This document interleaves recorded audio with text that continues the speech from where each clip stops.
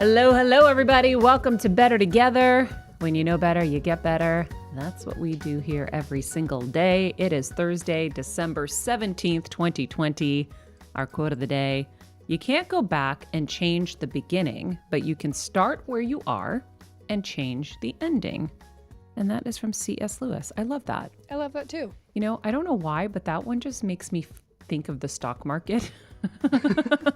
Not where you probably thought I was going to go with that, but you know, a lot of times people feel like they haven't started investing at the right time. Like, oh, they missed the boat or they're too old. I talk to a lot of people who are, you know, older and they're like, I don't have savings and I don't have, you know, all these things. And I'm like, well, it's never too late to start. If you listen to our episodes with AJ Gupta, you can put $20 a week away and he has a way to help you make $320,000 out of that in a period of, I think it was 20 years. If you put $100 away, you can have $2.2 million. There are a lot of tricks on how to kind of, you know, use the power of compounding to save and have money make money. You just need to be educated on it. And luckily, if you're listening or watching to the show, we got you because I'm obsessed with that. I think financial security is so important. I think anybody can do it. As we've talked about, you could, you know, maybe give up your coffee for a little bit, not your Dunkin's, but your Starbucks. It's more expensive, right? Okay. Sorry. Definitely. No. It is. No, but like you can make your K-cups at home if you wanted and like save some money, like whatever is going to cost cut for you. I think there's a way to do it. And as we've learned, focus, where you put your focus, energy will flow, right? Where focus goes, energy flows, right? Flows. Guys, my brain is just starting to maybe come back. I just got another night's sleep under my belt. So, but where focus goes, energy flows. And so wherever you're going to put your focus, that's what you're going to get. That's what you're going to feel. Those are the results you're going to get. So, you know, I had a conversation with a friend yesterday who I was advising in the midst of all of my chaos, but you still have to be there for your friends. And, you know, this friend is starting to lose friends for the first time in their life and doesn't understand what's happening. And I said, well, it's very simple. You are used to having incredible, loyal, amazing friends. But what you don't realize is where you started. Jeff, is everything okay? Yes. Oh sorry, my God, you covered your mouth like something horrible just happened and you scared me. Jeffrey. To be totally honest, I think I had a little too much coffee this morning and just a bit of indigestion. Sorry to interrupt the show. So anyhow, this person worked with like elite performers. And when you are with successful people, generally they're not going to be jealous of you, right? Because it's just how it goes, right? So I said, now you're spending more time with people who are jealous of you because they can't get to your level and they don't know how to handle those feelings. And so there's a lot of friction and there's a lot of stress and there's a lot of anger and resentment and stuff like that. I go, so what you have to realize is it's not you, it's them. And now you have to start to think about how you can you know, reassess these friendships and figure out a way to spend less time with those people until they can become happier in their own selves, because they're going to drag you down. What happens is then you have to keep feeling like you're explaining who you are, and you have to keep trying to show them that you're nice and then you have to start to try to get on their level, and getting on their level means being negative or any of that stuff. And so now you're losing yourself trying to make these people feel differently about you when you're never going to make them feel differently unless they have the success that they want, that they see in you. So I said, you know, unfortunately, this is what happens. This is why they say it's lonely at the top.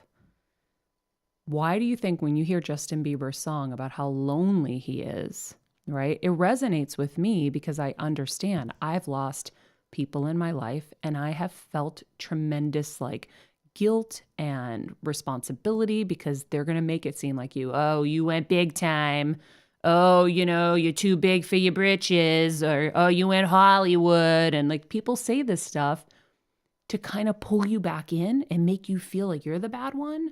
Yeah. When in fact, they're not being happy for you. They're resenting you. They're jealous of you. And so I was counseling this friend, and so it was interesting because I've gone through all of it, so I see it so clearly, right? Like I wish somebody would have been able to explain things in that same way to me, because I remember at different jobs, I would deal with it at like jobs. And you get so sad because you're like, why does it have to be like this? Mm-hmm. And it is unfortunate that it has to be like that, but now you have a choice, right? Your choice is, am I going to continue to try to pander and try to tell them who I am and, try to show them who I am until I exhaust myself into, burnout, which I've done? Mm-hmm. Or are you going to say, I'm letting go of the rope and I'm going to focus on people who want me to be happy, who are happy for me and my success, who want to lift me, and find a new squad, like our Heal Squad, right? When I think about what we're going through right now, if I was going through this right now at some of my other jobs, there would not have been an empathy level or an understanding level. I know because I've definitely gone through stuff. When I was, one job for sure. I know my executive producer at E, when I was going through this with my mom, she was incredible and very, very loving. She was a very warm woman. So I was lucky there. But now kind of being here, I've got the Heal Squad, who's amazingly supportive. I've got, Dunkin Donuts, who's our partner. They came in to be our partner, and then within just, a week, things were exploding here and, madness, and they were so kind every step of the way. You guys have been so supportive through everything. So, you have to kind of find your way. I don't know how I got onto this specific story from financial stuff, but here we are. And I'm sure it was helpful. I hope so. Well, and I think, too, Maria, this is so helpful for people because I've been in those situations and I've been lucky in this last year to have you and to be able to talk to you about this. But before this, it was like, who do I talk to, right? And a lot of people don't have someone of your knowledge, right, and your wisdom to say, oh, it's lonely at the top, right? Like, hi, I've been here, I've gone through this, and this is what happens. So I think you talking about this and everyone listening and being able to learn from you, it's really nice and it's really cool. And we do that every day. We learn from you, but this is such an important conversation because it's hard. It's really, really hard. Really painful. And your top doesn't have to be my top. Right. So when I say lonely at the top, it could be the top of whatever your profession is, right? My mom encountered a lot of jealousy at her job in a school cafeteria, right? When you are great, the people that feel they can't get up to your level are going to just keep trying to tear you down to theirs. That's just how it goes. I think one takeaway that I've sort of learned is trying to have friends that don't necessarily exist in the same competitive professional space that you do. I think especially for me in entertainment, I mentioned it a couple days ago, I think, but a lot of my friends are like working insurance, or like I've got a really good friend who's an actuary. And what I love about that is, it's none of that sort of passive aggressive competition element. And Marie, it's true for you too. Your OG friends are like your high school pals, and I think don't you think that's been important for you as you've had this crazy career journey? Oh, for sure. For sure. I know I have Joe and Alyssa, my like loyal ride or dies. I've got Dimitri, my loyal ride or die. And I was saying to my friend, I'm like, we're lucky we even have each other. Like we understand each other so deeply and so perfectly. I said, if you have one person in your life that gets you and sees you and loves you unconditionally, whew, you're so lucky. Yeah. And Amen. I think, there's this kind of, sometimes I've had that moment where I feel like, oh, I don't have like a lot of friends. Like sometimes you feel like you don't have, you look at people and they've got like these big squads and you're like, wait, what's wrong with me? But Yes. it's not like that. That's not, and by the way, you don't really know the dynamics in those situations, right? A lot of them are kind of faux anyway. And a lot of them, we experienced something together where, there was this tight knit group of friends and we're there for each other. And then one got sick and I was like, well, really? Are you guys there? Because I'm not seeing that actually. I think you're all there in the good times. That's easy. Are you there in the bad times? Right? And the bad times, my friend just went and did my Christmas shopping for me, right? Because even though under normal circumstances, I would cancel Christmas right now. And I highly advise that for people. If you are in a crisis, cancel it. And I've canceled it every year since my mom got sick with like minor exceptions. This year, there's just certain things I just have to do. And so my friend did that for me. You can't just be there in the good times. That's not what a friend is. A lot of people don't want their lives interrupted with sadness, right? You don't want your holiday interrupted. You don't want your, Saturday interrupted because your friend is sad. Well, guess what? It's going to come around. You have to be there for people for it to be reciprocated. I don't know how we got into this, but we did. No, I love that. And I want to touch too really quickly, Maria, go back, because I think it's so important. And I know that especially like as a young girl growing up, it was always like, wait, why don't I have this big group of friends in high school and in college? And I remember my mom saying in college when I joined my sorority and I didn't immediately click with like 10 girls, right? It was like our squad. She was like, honey, I would have been worried if you did. Wow. Damn, Deb with the wisdom. I know. Yeah. And it literally stopped me in my tracks. And I was like, whew. And then I saw months later that they're not there for each other. They're, and I was like, wow, it's so true. So you are so lucky. You have that one girl, that one guy. It's just like your OG friend till the end. Yeah. Yeah. For sure. That's good. That's know. really good, Deb. I know. Because it is suspicious when you see people who are besties after 5 minutes. It's like, that's not real. Like, you can't, you need more time. You need to cultivate friendships. Yeah. Damn, Deb. It's like relationships, like, even like, boyfriend, girlfriend, whatever your thing is. I always remember in the beginning, I was just watching Kevin. I was like, is it going to really be there? Let's see. Right? Are we going to really grow together? Let's see. Like you have to there are checkpoints in a relationship where you realize, like, it was funny. Yesterday was, it was kind of absolute like chaos here. Not chaos in a bad way, but just like the doorbell ringing a million times more than it already is. I had to meet with a team of nurses, a team of caregivers, like everybody and their mother. And of course, Chris, our nurse friend, is an angel, and he came yesterday and he helped us out with some stuff. But anyhow, I'm trying to figure out kind of the phases of my mom's care. And, it's a lot and it's really overwhelming. And what was the point? Where was I going with this? Can you help me? Kevin, yes, you were talking about watching Kevin. Oh, so the home health nurse that's helping oversee and manage with everybody looked at me and she goes, "You guys are an amazing team." I was like, "We are?" In like my Scooby voice, really? And she's like, "Yeah." She's like, "You guys just are like this. There are no feelings hurt. Everyone knows, like, they just do it. No ego." And I'm like, "Oh, thanks." I'm like, "Yeah, well, we've had a lot of experience in crisis." And I was like, "And, we've been a team. We've been working together for so long that we have a rhythm and we kind of know what each's role is, I guess."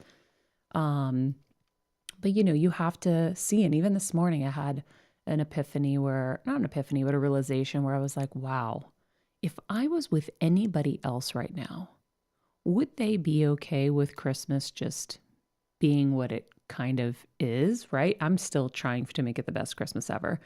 But, we have certain traditions that are just out the window now.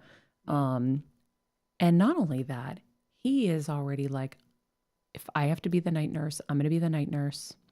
I'll be with her. I'll watch her, I'll take care of her. Like, when my mom, the day before she was admitted to the hospital, he wasn't afraid of getting COVID. He literally took her to the bathroom. He's like, I've mastered the no look potty session, And so I think that I knew who he was when I first met him. And when he said he was a caretaker, I was like, okay, that's it. You're done. I'm going to make you fall in love with me. It was like a witch spell. And, and I've gotten to see him be tested throughout the years, And so it's always interesting to me when people get married so quickly. I'm like, you haven't gone through any of the tests. Like, no judgment on people. Everybody do what you want. But for me, I need to test somebody through everything, right? Mm-hmm. And like Kelsey, when we first were driving to Connecticut from Florida, Joe was like, she might pass the test. Like, this one's in the back of the SUV working like a crazy person on her laptop. I've never seen anyone work the way this girl works. Yeah. She is a nonstop Energizer bunny, the happiest, most positive, consistent human I've ever met in my life. And that's why I think you are a true angel that was sent.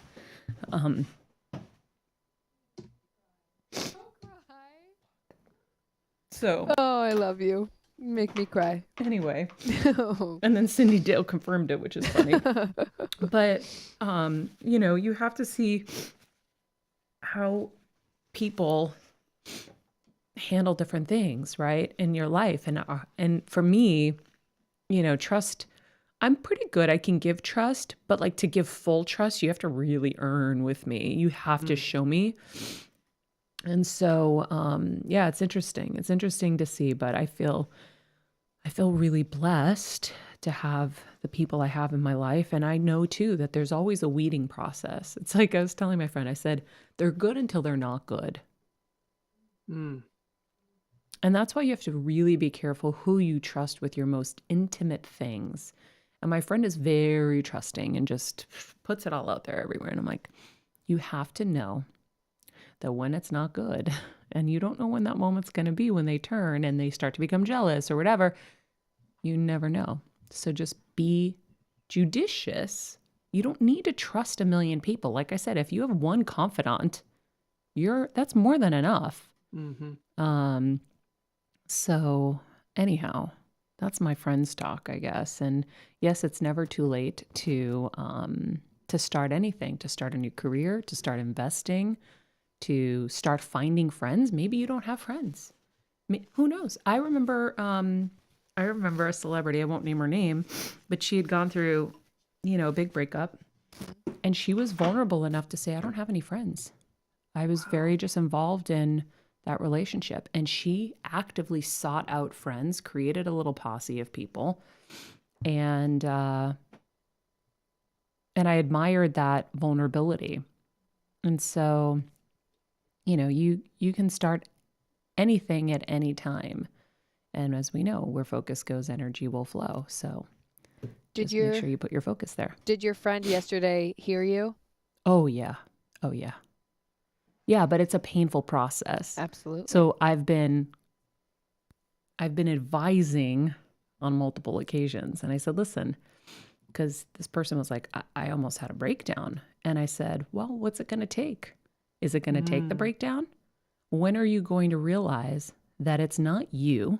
Because right now, in this moment, it's not you. But when you're with them, they make it feel like it's you. And when is it going to be prioritized? Like, when are you going to prioritize you and your mental health and your happiness over trying to prove yourself to these people who are just envious of what you have and what you are? In the most blatant ways, by the way. Like, it's so beyond obvious. Doesn't mean they're bad people. It just means that they're in an unhappy place. And, I've had bosses that are in unhappy places and just are tearing you down so that they can feel better. It's like their little spinach or something, their Popeye.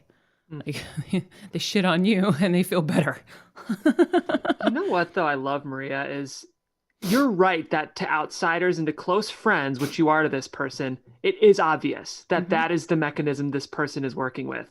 But when you're in it, it's not always obvious because we all get hooked. We talk about a lot on this show getting hooked, either by your emotions or by a desperate need for other people's approval. So for people who are going through this right now, you need that person who can call it out for you. Yeah. You need that close friend who can be your eyes when your eyes aren't exactly seeing 2020. And so I love that, it can seem obvious on the outside, but it's not always obvious when you're on the inside. Yeah, for sure. And it's going to be a painful process, right?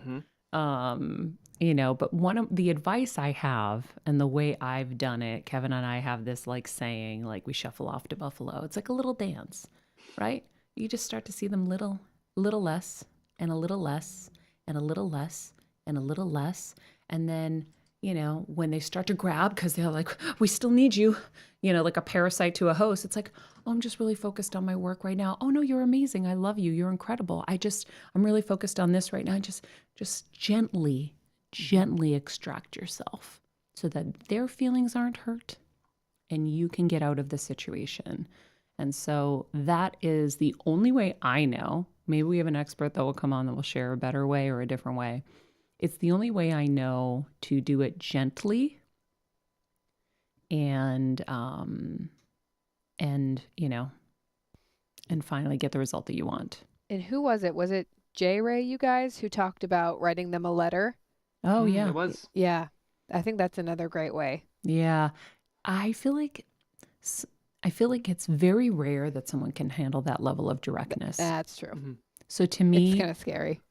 Like J. Ray's like Bronx girl, very like, yeah. So the people in her life would expect that. Yeah. Right. Yeah. But for the rest of us, rest of us are so passive, right? That would just freak somebody out. And so after that episode, I had contemplated doing it with a few people, or one in particular that was just demanding of my time and didn't understand that this was not that type of relationship. But I was like, no, it's not who I am. So that advice doesn't fit for me. My way is just a little less communication, a little less communication, a little less communication. And that doesn't mean that, by the way, if you're listening to this and I'm not communicating with you a lot, doesn't mean that that's what I'm doing with you specifically. Because it's like so many friends like watch this stuff. I'm like, no, I really just can't talk. But there are certain people you need to extract yourself from. And then that's just how you do it. It's well said. I like that you pointed that out. It's one thing I love about this show. We say all the time is we're providing you tools. For some people, if you have the right personality, that J. Ray letter writing might be the exact tool you need. But especially, in professional situations, you have to sometimes do the dance a little bit. Yeah. Speaking of shuffling, and you want to handle it with tact because you can't undervalue still the currency that you have in a professional relationship. So just wisdom and judiciousness, like you said, Maria, when handling these situations, and having that third party who has your back to guide you through it. I think, at least for me, that's sort of the way you can manage it. Yeah. Yeah, for sure. I want to do an episode with somebody, by the way. So it was funny. I even had a caretaker tell me that I was too nice. So when the caretakers tell you you're too nice, you're like, oh shit. I go, everyone's been telling me my whole life to diva up. It's funny. Externally, like bosses have planted stories about me calling me a diva and all that to try to like hold me down and like shit on me and stuff. But it isn't who I am, truly. And so I remember my lawyer telling me like, you got to diva up. And then Kevin mentioned the other day, Christian Carino, who was an agent of mine at CAA and then went on to date Lady Gaga famously. He said the same thing. But when a caretaker tells you, right? What was the context? What were you doing? It was just an observation. Nice. It was an observation that this woman had. She was just like, oh no, I noticed it right away. You are too nice. And I was like, oh shit. Because, yeah. But I want someone to come on the show because I know it's not just me. And if I assume properly, and the only time I would like to assume, I assume most of the people who are on this Heal Squad with us are the same. Yeah. I think it would be nice to have someone guide us through some steps to kind of be able to own our power in that way without feeling the effects or the environmental descriptions of what a female asking for what she needs is like. I agree. I think that would be a really cool episode. I agree, because I think a lot of it comes down to people pleasing, right? And like, especially women, we are taught by society that we need to please. Mm-hmm. And then, so we're just overtly nice. Mm-hmm. And then it's like, you get in this habit and it's hard to break. And then when you do one little thing, it's like, oh, you're a B. Mm-hmm. Oh, you're a diva. Oh, Yeah. you're a, and it's like, oh, great. Well, now I can't win. So I Yeah. have to be so nice. Yeah. So I love that. yeah. Let's get it, Jeff. Let's get Love it. P.S. Shout out to everyone who, it is December 17th, as we said, who are going to have perhaps a white Christmas because of the blizzard that's, attacking the East Coast. Jan And did say it was snowy this morning. Is this blizzard covering all of New England? I'm seeing it's kind of like Philly and New Jersey. I'm seeing the Connecticut got it. I'm looking at my cameras. Ooh, a lot of snow. A lot of snow. It's crazy. It's the biggest East Coast winter storm in 2 years. And it's threatening up to 2 feet of snow in some areas. It's going to hit hard and fast. But speaking of a white Christmas, it's 14 inches in New York City. Jeez. Wow. New York does not need that right now. Jen sent us a video of her dog like frolicking in the snow for the first time. He had never seen snow before. It was the cutest thing. But like, how crazy, guys. Before all this COVID stuff happened with my family, we were going to be flying home yesterday. Like, that was the day we had in our calendar. We were like, okay, when we had to cancel Thanksgiving because they were sick, we were like, oh, this is, this is what we were going to do.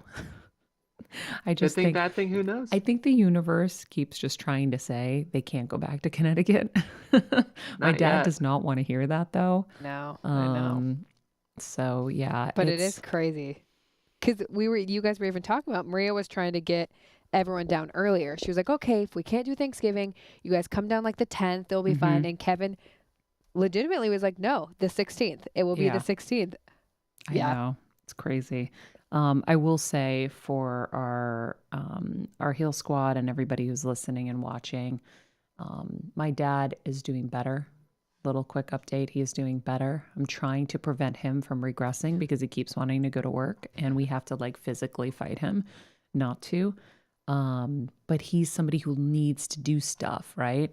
So I think, he's stable, thank God. And my mom is the one who still needs prayers. So if you guys can send prayers, it is a very tough situation. I'm going to leave it at that because I can only handle so much emotionally, and we will leave it there. But I will say it's time for our Dunkin break. Woo! Yes, it is. Because Better Together and Dunkin are better together. That's right. That's right, we are. I have my coffee. Oh, my dad was like, thank you for the coffee, Maria. And I was like, kind of can thank Kelsey for that one because she's the one who did the actual run. But what's funny for you guys is Kelsey was going to get K-Cups at Dunkin' today for my dad because he likes to use his Keurig. And so I had to call him right at 9. Kelsey's setting up the show. And I go, Dad. And he's like, yeah. I go, when you go to the store, will you grab K-Cups? Because Kelsey screwed us. Kelsey screwed us and she didn't get them. This is how it went down, you guys. I said, hey, Maria, they didn't have K-Cups at Dunkin' this morning. Maria calls her dad, Kelsey screwed us. Yeah. It was pretty funny. And he's on the phone like, what? Yep. What? Meanwhile, I have to share with you guys. So we do have so many caretakers and people coming in and out of this house. So it's always nice to have a nice treat to make them smile. So I've got a dozen donuts here. And I'm just going to kind of do this. And I don't know. Actually, Jeff, do you have the decorative stuff? Because I don't want to touch these for people. Because that would be gross. I'm going to try to get close to the mic and show these donuts. But they're beautiful because, to celebrate the end of Hanukkah, we have some Hanukkah donuts. Maybe pull one at a time. They're really pretty. So if you have someone in your life that is sick, go grab a dozen donuts, put it on their doorstep, and tell them that it's there. It's a nice way. This box is beautiful. It's cheery. it's nice. It's a nice gesture. And So many fun flavors. they're so pretty right now. They're like snowflakes donuts and sprinkles. And I believe if you order on the app, they'll actually bring you a dozen to your door through Dunkin Delivers. So check out the app because you can potentially, I'm pretty sure I have this right, you can have it delivered to you. But You can. I'll hop in. It's the program's called Dunkin Delivers, but it's through Grubhub, DoorDash, or Uber Eats, depending on your area. So go online and then check your zip code, and they'll let you know which app. But Dunkin does deliver, which is very exciting. Yes. Very exciting. I know. Kelsey's like, so do I have to stop? Can I stop making runs? Okay, look at that frosted. So guys, do you know that I used to frost the donuts too? No, I used to make the donuts. Yeah. So I used to have fun like on St. Patrick's Day. I would decorate them like a certain way. And so it was a lot of fun, but they've stepped it up. Like the Hanukkah donuts are beautiful. Do you have a Hanukkah one? Yeah, this is the donut you might not recognize, Maria, because it's new. This is the holiday donut they're really excited about. It's got this beautiful purple frosting with white sprinkles. I'm going to take a bite right now. Yes, Jeff. Jeff, what's this called again? Wolf Jeff Bang or loves something? the excuse. Meanwhile, I quit sugar a couple weeks ago because of my A1C levels. So I got to get my A1C levels a little bit more in order. Yeah, so Jeff's our taste tester. This is my favorite partnership. I'm like loving every second of this. But do you have the ones with the star on them, Jeff? Yeah, I got special ones. I've got snowflakes. I don't have the stars. Okay, maybe I'll touch the one. Touch the one. But like, come on now, hold on. They've got these in like blue and white. Yeah. Ooh, happy Hanukkah. So that one's jelly filled, and then there was the one that has, oh yeah, I see the jelly. The darker blue was cream filled. Please. I know. I love that we're supporting both our Jewish and our Christmas celebrating audience through Dunkin' Donuts. We got a Star of David on that blue donut for those who are listening on the podcast. It's gorgeous. Yeah. Gorgeous. I think it's a great way, like I said, to add a little color to your holiday or your get together. You can put them on a really pretty platter. It's just taking donuts to another level, guys. And absolutely, America runs on Dunkin', but so does Better Together, and we are proud to be partnered with them, and it's definitely keeping me going. My favorite donuts over the year changed in life. Did you guys have the same thing? Like, I went from like chocolate frosted was my jam growing up. Same.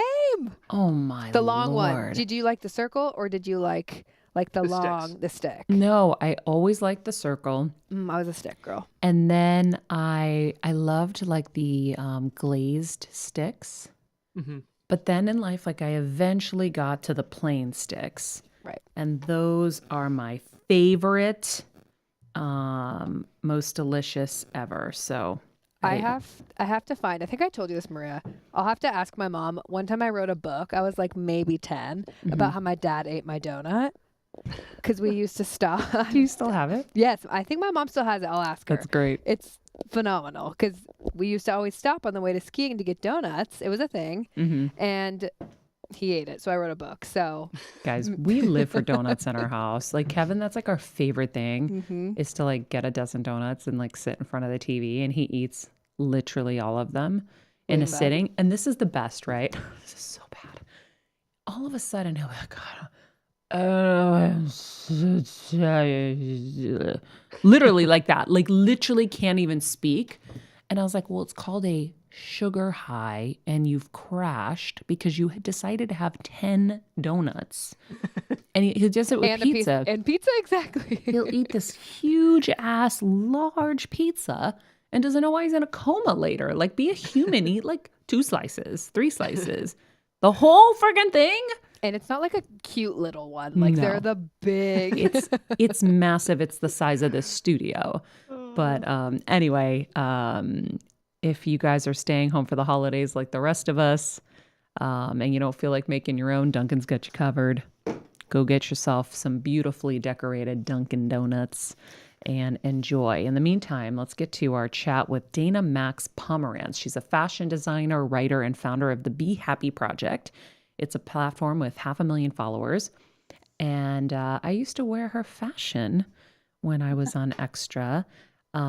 She was a fashion mogul in New York, and then Dana-Max embraced her plan B and has learned that true success lies in gratitude and an outlook in life. She encourages others to do the same through her popular Instagram, The Be Happy Project. And we're going to chat today about some practical strategies to get happier. Dana, welcome. Hi, how are you? I'm good. How is the beautiful snowy I'm view? it's pretty beautiful and it's just magical looking at snow. I love it. So Yeah. I'm looking at it right now as I'm speaking with you. So yeah, but you're lucky. You're in sunny LA, right? Yes. I mean, Sort of. listen, it's the holidays. This is when you want some snow, you don't want the sun. Like I wish like we could have the sun and then one day it just dumps snow on us and then the next day it's warm again and can melt it all and we can sit by the pool. My dad was actually so we just renovated and my dad was sitting up on the balcony with the tin foil. This is when I knew he was really great. No, he wasn't. Yeah. And it's funny because we had an appointment with his doctor last night. He's like, "You're out of your window, you're safe." And I was like, "But I'm still going to wear a mask and gloves and stuff around him." And he's like, "Yeah." He's like, "The CDC changes all the guidelines all the time, but he's totally safe." And I was like, "Okay, good." Anyway, he's on the balcony with his tinfoil, catching his tan with his mohawk that Kevin shaved for him. It was really funny to watch. But yeah, we enjoy the sun and we enjoy it, the warmth, but it would be nice to have a white Christmas. That's just Yeah, ridiculously perfect. Like have your cocoa today and exactly. enjoy. Exactly. And my daughter's like, psyched to go out and play in the snow. So it's a good time. It's like her first real snowstorm. So it's exciting. I love it. So, Dana, you had this great career in fashion. What pivoted you into this next, part of your life? Yeah, so in a nutshell, I had a dream since I was 7 years old to be the next Diane von Furstenberg, and so I always followed that path. And I wanted to be a fashion designer for my whole life. And I went to the Fashion Institute of Technology. I, was a designer for Marc Jacobs and Betsy Johnson, and then I started my own company in New York City, which we used to send you clothing when you were on Extra and E and everything. So we go back. And so, I reached a certain level of success, but because I was self and family funded, I just could not compete against the big boys. And, it's a lot about who you know and how much money you have. So Hmm. I had to make the very difficult decision to close my business after almost a decade of having my company and being in the fashion industry for almost 20 years. And it felt like I lost the love of my life. Like Mm. I went through such a grieving process. I lost my identity. I didn't know who I was. I had no purpose all of a sudden. I mean, this was what I thought my path was going to be forever and always, and it just didn't work out that way. And through a lot of talk therapy and self-help, I found myself and I started the Be Happy Project when I knew I was going to close my business and let go of my dream. And I named Oof. it the Be Happy Project because we have to learn how to be happy in this moment. We can't tie our happiness to tangible people or things, a relationship, a promotion, success, and that's what we're taught. We're taught that happiness is from a result, and Hmm. it's not. It has to come from within. And so I worked very hard on that the last, I would say, 6+ years. And for the last 6+ years, I've been in a place of just peace and contentment and happiness every day, no matter what happens to me. And I've had very difficult things and, challenging things happen to me over the years. So it's about reframing our mindset and also redefining ourselves. Mm. Wow. I was saying after surgery, I'm like, we need to redefine success Yes. because we're all trained that success is like you have to have this massive success and this empire and yachts and Porsches and all these things to show that you did it. Exactly. And, and that's not true success. Like true success is like fulfillment and Exactly. happiness. And what I think is interesting for you to share with everybody right now is, I felt like when I heard I had to let go of my dream. Yeah. When someone is so laser focused, like it sounds like you were, on what Yeah. you wanted to do. And now you realize it's just not happening and I have to let it go. That sounds excruciating. It is. Thank you for saying that, because I think a lot of, if someone breaks up with you, people have an easier time understanding what that loss and grief looks like, or if somebody passes away in your life, things like that. But when it's a dream, people don't really understand that. And so I had to look within, even though I had my support system around me, nobody really understood what I was going through. And it's a gut wrenching situation. And especially, like you said, when you're hyper focused on something and you're capable of reaching real success, it is very hard to go through it. And what I learned also is that we need to define success, because success is subjective. And I never had a true definition of success. So every time I reached a milestone, it was never good enough for me. So that's everybody, though. That's everybody. Every time something great would happen, I'm like, okay, cool. What's next? Yeah. Like, oh, New York Times bestseller. That was amazing. Woo. Okay. Oh, on to the next thing. Exactly. What? So we take away in those moments, we're unable to be grateful for the things that have happened, enjoy the process, enjoy the journey. And so I'm in this place now, and amazing things have come my way because I'm in a place of peace and contentment. And so I listen to my intuition. I practice the art of the pause. I practice non-attachment, all of these things that kind of when you pile them up, it creates this beautiful perspective on things. And so if I face rejection, if I face heartbreak, if I face any of that, I still know myself, and my happiness, my joy, my peace, my contentment, my existence does not depend on those moments. So what are those things that you practiced? Can you share with us exactly what you did so that other people can apply it too? Yeah. So what I practice, I think it's several things, but I think definitely talk therapy is really important if you're going through a very difficult time in your life. Finding a good therapist, and a lot of us can now find therapists through our insurance; they cover it. So there's plenty of options out there. In conjunction with that, what I did was I had to let go of the shame that I felt. I was so concerned about what everybody would think of me. And I perceived myself as the failure. So I couldn't even look at all the success that I had, because I never reached this like gold star that I created myself. And so you have to learn to let go of the shame, the guilt. You have to forgive yourself, forgive others. And, I think later on, you're able to look back at that failure and look at it as an opportunity for growth. So now I'm able to look at it that way, because I never would be where I am today if it weren't for that path. And so in conjunction with the therapy and practicing those things, practicing the pause so that you're not reactive, you're not coming from emotion. If somebody rejects you, if an opportunity doesn't work out, if someone doesn't see your value, you just step back, take a deep breath. I practice a lot of breath work and meditation, and you pause. The other thing is gratitude. Learning how to appreciate the little moments of joy, because little moments of joy collectively create long-term happiness. And so when you're able, I wake up every morning, I say a blessing. I go to night, I say a blessing. I have an app on my phone. It's called Gratefulness, where I input every day something I'm grateful for, even if it's something small. And I add a photo because I'm visual. And so I can connect everything better that way.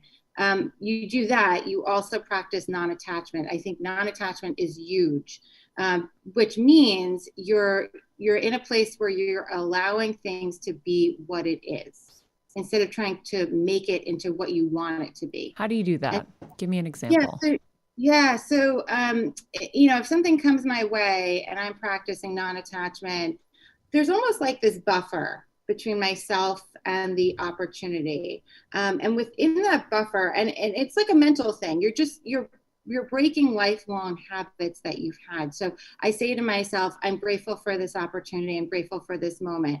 I repeat affirmations over and over to myself. But my value and my worth is not based on that moment. My happiness is not tied to that moment. So I'm able to sort of put this buffer between myself and that opportunity, and think to myself, okay, I know who I am. This is a moment in time. This is not like the end all be all. Like, I'm grateful for what this is. And it's really practicing gratitude over and over and over in your mind until that inner critic, that inner mean girl or mean boy shuts up, and you can focus on the joy in that moment. And that's what it is. It's quieting our inner critic. And it's just, you get to this really awesome place. And I'm so grateful I'm here, really. Wow. So, Jeff, can you cue up the picture or pictures of me wearing Dana's fashion? Yeah, I'm pulling it up now, Kel, so now Um, I'll screen share. I'm curious Perf, turn your mic to back share on, with Jeff. everybody. And I'm wondering, when that moment happened, did you ever consider just going back and working for other people in designing and working for like a Marc Jacobs again? So there's one, by the way. Memories. I remember that dress. It was beautiful. Yeah, you were so sweet. And yeah, that's what a lot of people told me to do. They said, why don't you go back and work for another designer? And I just felt that I was coming from an industry, honestly, where their word meant nothing. And so the reason why I started the Be Happy Project is I wanted people's words to mean something. I wanted my own words to mean something. And so that really wasn't a choice for me. I did not want to go back. I wanted to find something with more meaning and value and a higher purpose. Were you as happy as you are now when you were fighting for your dream and living your dream? Because you were successful. It's not that you weren't successful. It just, you didn't go to where you wanted to go. Exactly. Yeah. You know what? I think I had a skewed vision of what happiness was. And so because I was on this, dedicated path for so many years, I thought that happiness was going to be starting my business, being able to dress, beautiful women like yourself, being on the covers of magazines, being on TV. I thought that was happiness because it made me feel good in those moments. Because they're achievement notches. That's what the world tells you is supposed to make you happy. Yeah.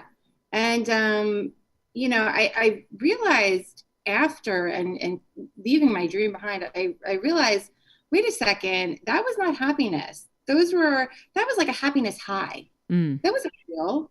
And so I'm now in a place where these amazing things happen. Like I'm speaking with you and I'm so grateful for this. But it doesn't define, happiness, and I think back then I would have been like, oh my God, this is what happiness is. And you just sort of learn a healthier, more balanced way of looking at things. And you are in a place where you're so much more grateful. Like I was never really grateful for all the things that came my way. I thought that's what it was supposed to be. So, yeah. Wow. I think if I could hop in quickly, Maria, I'm really interested in what you're saying, DanaMax, because when I heard you say the art of non-attachment, I assumed it would be when bad things happen, don't attach yourself to it, which of course is part of it. But the example you used was when amazing things happen, don't just attach yourself to that. That's so important because I think a lot of our listeners who have done some of this work know that we can't tie ourselves to these bad moments. But I think it's so interesting that you can't tie your value or worth to these really high achievement moments because those are fleeting just as much as the bad moments. Exactly. Yeah, it's really related to the good and the bad moments. You have to learn how to ride the waves of life. And life has ups and downs. Life is going to do what it wants to do. We know this. And there's only so much control that we have. The control that we have is in our perception of the waves coming at us. And so if you're able to stay in sort of this neutral place, live in faith, not in fear, that's a big one. And, they take up the same amount of energy and live in this beautiful neutral space, you're able to actually be present in the moment and subconsciously practice the art of non-attachment. And you're just letting things be what it is. You're not in control of this situation, whether you believe in God, a higher source, the universe, your intuition, whatever it is. That's where you lean into. Wow. Yeah. I think that's kind of like the yogi way, right? They say Little, just to yeah. kind of be like here. And then when I think back to Dr. Rao's episode, he taught us like good thing, bad thing, who knows, right? Everything that happens, like we don't know what this moment is leading to and what that moment's going to lead to, what that moment's going to lead to, right? Like if you listen back to my episodes with Anita Morjani, she wrote that book, Dying to Be Me. Have you heard about that, Yeah, I Anita? have heard of it. Yes. Okay. So she talked about when she went to the other side, how like past and future were all happening at once. It was like a giant tapestry of her life. And so what I remember of that is that it's all already happened. And Yep. so This moment is the past. what? Yep. This moment is the past already. Yeah. And so we don't know how it's all going to check her out and what it's going to end up being, but there's a meaning and a purpose to every moment. And so like in the shower this morning, I was like praying and talking to my angels and just like crying. I was like, just don't want my mom to be in pain. I was like, please God, like give her a miracle. And I have to like give in, and I don't know what's going to happen. And I have to be okay with whatever it is because I have no control, and I just have to be prepared for whatever. And like it was funny. I realized when I was crying, because she said something yesterday, she said, "What did I do to deserve this?" And it broke my heart. That's I sent a prayer up yesterday and the day before for you and your family. And I don't know if this will help at all, but my dad in October coded 19 times. Oh my God. And fell on the floor, coded 19 times. The EMS, the emergency room doctors all said he's going to die. Prepare yourself for his death. He has an old man's heart. This is what the doctors were saying. And I refuse to believe it. And in that moment, I can't do anything. I'm not a doctor. I don't know how to help him in that way. My sister and my husband are giving him CPR when he was on the ground. And in that moment, all I knew to do was pray. And I said, in this moment, I can lean into fear or I can lean into faith. I don't know what's going to happen to my dad, but I need to have faith that the angels are helping him, sending him the right EMS, the right doctors, all of that stuff. And I had to tune into my intuition in those moments. And he was in the hospital for over a week, unconscious. Wow. And every second I decided to lean into faith, not fear. And so intuition has a lot to do with it, because if I was listening to the noise of the doctors and the EMS, and they did a fantastic job on him, but they were saying opposite. They were leaning into fear. Well, no, they're also leaning into, I think, Dana, is they lean into what their experience has shown them in a majority kind of way. And they are coming from fear too, because they don't want to let you down by saying he's going to be okay. And then he's not. So they give you the worst case scenario because that's the safest for them. But yeah, I mean, they just kind of like when my mom, had her tumor coming back, everyone just kind of looked at me like, okay, this is probably going to be it, because when it comes around again, that's usually, the goodbye. And I was like, no. And I used the same thing. I said to everybody in the house, I said, we're going to have two words guide us in this part of this journey. And it's going to be faith and patience. And so last night, my dad and I were having a conversation in the kitchen, and I said, listen, I firmly see her holding her grandchildren. I do. Do I believe that she might decide to give up and I have no control over that? Yeah. And so I said, we have to be ready for anything. But at the same time, I believe she can get better, and I believe she will get better. We have to just have faith, and we have to be patient, and we can't think that we can rush things. Because as I was sitting in the shower today, I was like, this is what I said. This is so crazy. I go, okay, God, I know that there are probably, and I don't want to be like egotistical about this, there's probably lessons I need to be learning here. Can we just speed up the lessons so it's not at her expense? I was like, can we just, hurry up and get her out of pain? And I'm learning. I'll learn fast. I'm a quick learner. So let's just like accelerate the learning if there's stuff here that I need to be learning, because I do believe that that's part of the journey, right? Every one of us, my dad, my husband, myself, we all are supposed to be learning things in this journey. That's why things are happening the way they are. At least that's how I rationalize things in my head, so that it makes more sense. I think you have a really healthy way of looking at this, and it's such a traumatic experience what you're going through. And there really are no words, but when you don't know what's going to happen in life, and you're living in the unknown, and you have a lot of people saying things to you around you that don't necessarily sit well in your heart, you have to lean into faith. It may not help the situation. It may, who knows, but you're going to feel better going through the experience, because you feel like there's this universe around you that's supporting you through this. Lean into the fact that you see your mom with your children. That's what you have to replay in your mind over and over and over again. And I remember when my dad was on the floor, and when he was in the hospital unconscious, and they told me he wasn't going to make it, I kept imagining my sister wanted my dad so badly to walk her down the aisle. And I just kept, no, he's going to be here to walk my sister down the aisle. And she doesn't even have a boyfriend. But I was like, that's what I was leaning into, this Wow. visualization. That's extreme faith. I like that. We know how hard it is to find someone nowadays anyway. But that's what, I knew that my sister, I was thinking of her, like, she would be so upset about that, and, all these things. And so we have choices in life, right? Yep. And it doesn't mean that we're going to change the outcome. It may. I do firmly believe in the power of prayer. Yeah, I me really, too. really do. So my daughter and I, when my dad was on the ground, all we did was we stood outside waiting for the ambulances and the EMS to come, and the police. And I was holding her, and I said, we just have to pray for Papa. And she was praying with me, and she was like 18 months old. And so you have to do that to get yourself through. And then when my dad came out of it, I was able to have an honest conversation with him about it. Like, what's this journey like for you?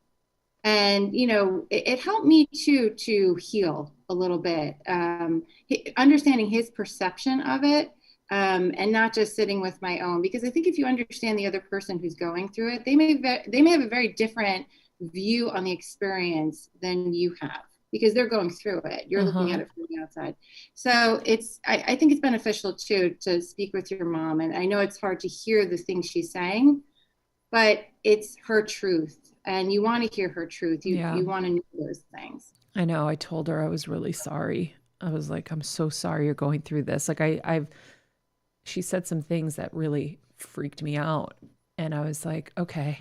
At first I just ignored them and denied them and was like, what do you mean? What do you mean? Like playing dumb, because I didn't know how to handle it in the moment. And then the fourth and fifth time she said the same thing. I was like, okay, Mom. I'm like, you've got to get strong. You've got grandchildren coming and they need you. And she looked at me and she goes, yeah. And I go, yeah. And I could feel her contemplating in that moment whether it was worth it, whether she could hang on, whether she couldn't. And the next day she shifted. I felt her shifting, but by the next day she shifted. And I was like, Mom, are you excited for grandchildren? She goes, very excited. And I go, okay, good. And then she was getting talkative and stuff, but like she kind of ebbs and flows because of the pain and because she's just, I think, wrestling with what the current state of situation is. When you're bedridden and everyone's having to take care of you and you've lost complete, control. That's not an easy thing. But I had another moment last night when I realized I used to ask my mom when I would go to the children's hospital. I used to do these events. Sorry, guys. I used to do these events at the children's hospital for the terminally ill. You gotta feel these things. Every year for like over a decade, I would do makeover days for the children at the children's hospital, the terminally ill kids. And I would bring in the top hair and makeup artists, and I would create the most amazing gift bags, and we would just make it an amazing day, not just for the kids, but for their families, because I know how hard it is. Well, I didn't know personally how hard it was for the families, but I wanted them to be happy too. Now I really know how hard it is for the families. The sister who's not sick, who now doesn't get as much attention, because, the kid who is sick is getting all the attention. So we would give them makeovers, or the mom who's exhausted from everything and doesn't feel pretty because she can't even get to the makeup table. Like, we would make her up. And then the kids who were too sick to even come to the day, we would go to their rooms with gifts, and I would have, Chris Evans, would come, or Dane Cook, or any of my celebrity friends would all come and spend the day with us. But I used to ask my mom when I'd come home, because you have to put a brave face, and your goal is to just make them happy that day and make them forget that they're sick. And I used to say, I'm like, Mom, why does God make kids sick? And she said, Maria, if it didn't happen, how would we have any empathy? Right? Where would we get empathy from if we didn't see things like this? And so I remembered last night that in my mom's next moment, where she doesn't feel like fighting, or she feels like, why is this happening to me? And what did I do to deserve this? I'm going to say that back to her. I'm going to say, remember what you told me. And maybe that will remind her of something that will click for her. I don't know. I thought about that last night too. It's so hard. You're her strength. You're her strength, because she's not able to be strong for herself right now, for various reasons. And so the fact that you said that there was a shift in her just by you giving her some of your strength, your energy, you got to keep doing that. Yeah. She needs as much strength and energy and vitality to get through what she's getting through. Yeah. So keep doing it. On the side, you in your own safe space, you let your heart grieve, you let your heart cry, you let whatever it is that you're feeling in that moment, do it. But when you're with her, give her your strength. Yeah. She needs. How is your dad now? How's my dad? He's good. He thank God he's with us, and he's good. He definitely has some things because he was deficits, for so long. But he's here. Yeah. And every day he's here, I am grateful, no matter what else has come from it. And so I'm just grateful for his existence in this moment. How did I don't know what's to come. Yeah. How did you deal, being the founder of the Be Happy Project? How were you happy during that week when he was coding and he was in the hospital and all these horrible things were happening? I'm sure you had your moments. Mm-hmm. How did you pull yourself out? Oh, yeah. I mean, I'm human, and the way I look at every human is we're perfectly imperfect. And so I had my moments where I was crying to my husband on the phone. He was at home watching our daughter, and I was in the hospital. We were sleeping on the floor in the hospital for days. Mm. And so, I wasn't necessarily happy. And I think if you're somebody that's, I'm happy through real struggles and real trauma, that's just putting on a brave face. You know what I mean? That's not real happiness, because you can't be. You're feeling things. And so what I did was I was in faith. I wasn't in happiness. I was in faith that whole time. And for me, believing in God and like you said, angels and things like that, that's where I was leaning in. And also when I was, sharing on the Be Happy Project, I didn't focus on my own stuff. I just sort of thought to myself, there's plenty of people out there who are going through really, really difficult situations right now, loss, pain, heartbreak, all those things. And so I'm not alone in going through this. Mm-hmm. And I know by sharing posts about faith and joy, there's other people that can lean into that maybe can't lean into it themselves. So they turn to this platform for that. And so I didn't want to lose the fact that, I can help serve other people even through my own struggles. I love that. I think that's such a great tip for everybody. And that will be our social post, hint, hint, Kelsey, is that when we're in a hard time, live in faith and patience, because it's not on our timeline.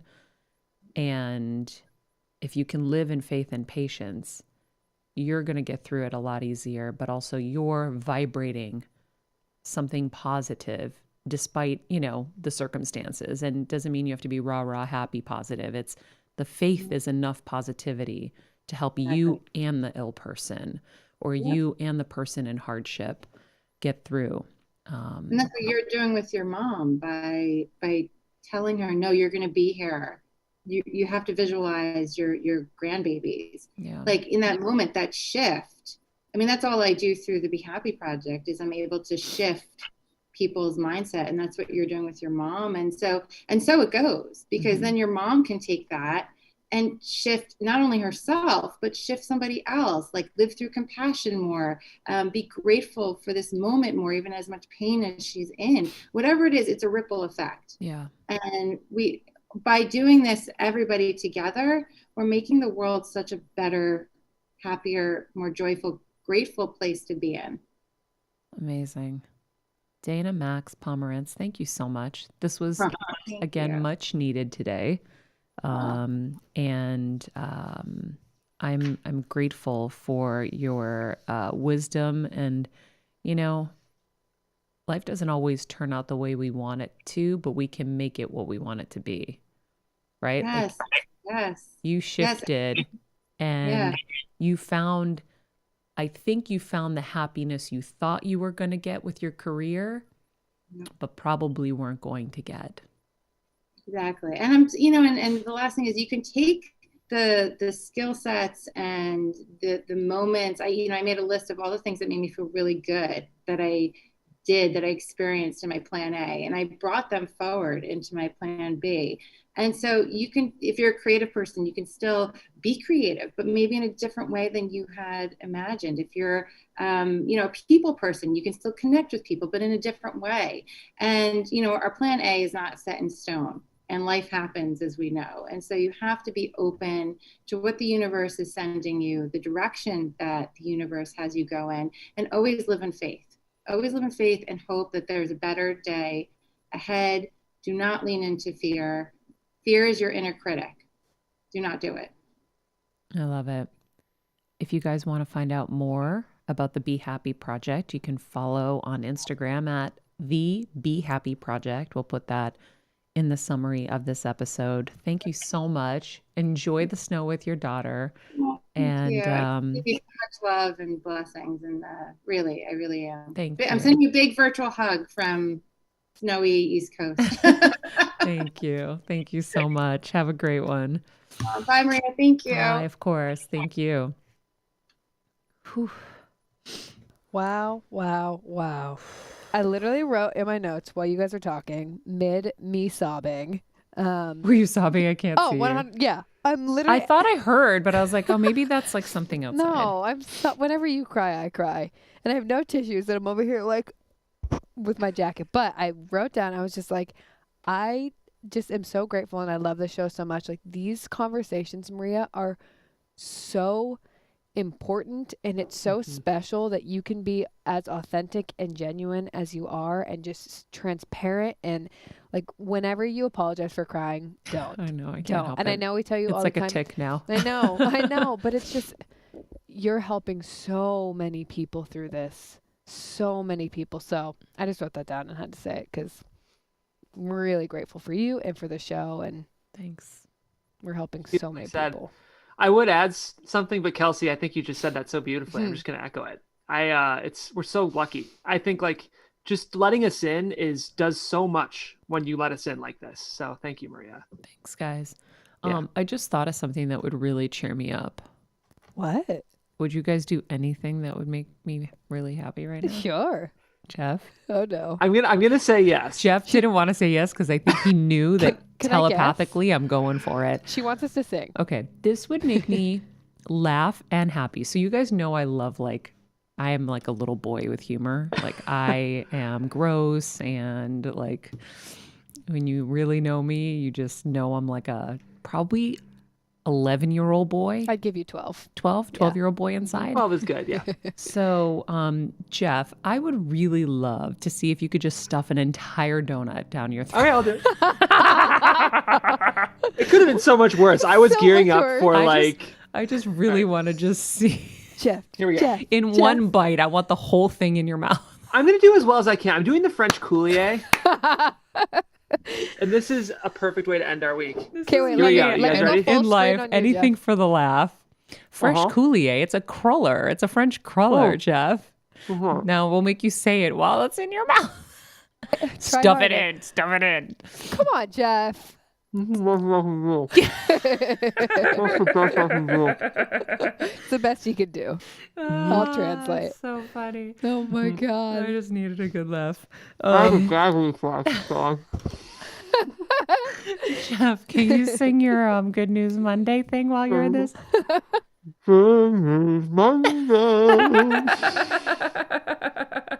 That was good. Yeah. Wow. That was perfect. And to all of our podcast listeners, Oh, man. you're welcome. I'm You're welcome. So sadistic. Any other person would be like, can you guys, I don't even know, do this or do this. Maria's like, stuff a whole donut in your mouth, Jeff. That will make me feel better. I don't know where it comes from, guys, but like I did tell you. Well, yeah, I've told you guys the stories. Anyway, let's end the show. If you guys haven't joined us on Patreon, this is a good moment to. Of course, we have our ad-free shows there. We have extra shows, but also we have our workshops, our healing events, our meditation events. We have some amazing ones coming up that will really help you in your journey. And the best part of it is I share my access to all the greatest, thought leaders and gurus and healers and doctors on this show every day. But what we do in Patreon is we give you exclusive access to them. You can ask questions. You can be part of a Reiki healing, and you can use it and go back to it anytime you want. They're stored in there for you. So join us on Patreon. Just click the link tree in my Instagram at Maria Menounos or in Better Together and join us there. Of course, if you haven't subscribed to YouTube, subscribe to YouTube. And we're trying to get to 1,000 comments on Apple Podcasts. So if you would take a moment and share your thoughts with us, we would greatly appreciate it. In the meantime, if you like today's episode, check out episode number 114 with Gretchen Rubin, who will provide you a 911 emergency happiness toolkit. She was incredible. In the meantime, you can follow us at Better Together with Maria, at The Be Happy Project, at Jeffrey Crane Graham, at Kelsmeyer too. And remember, be nice people, make good choices, and be present.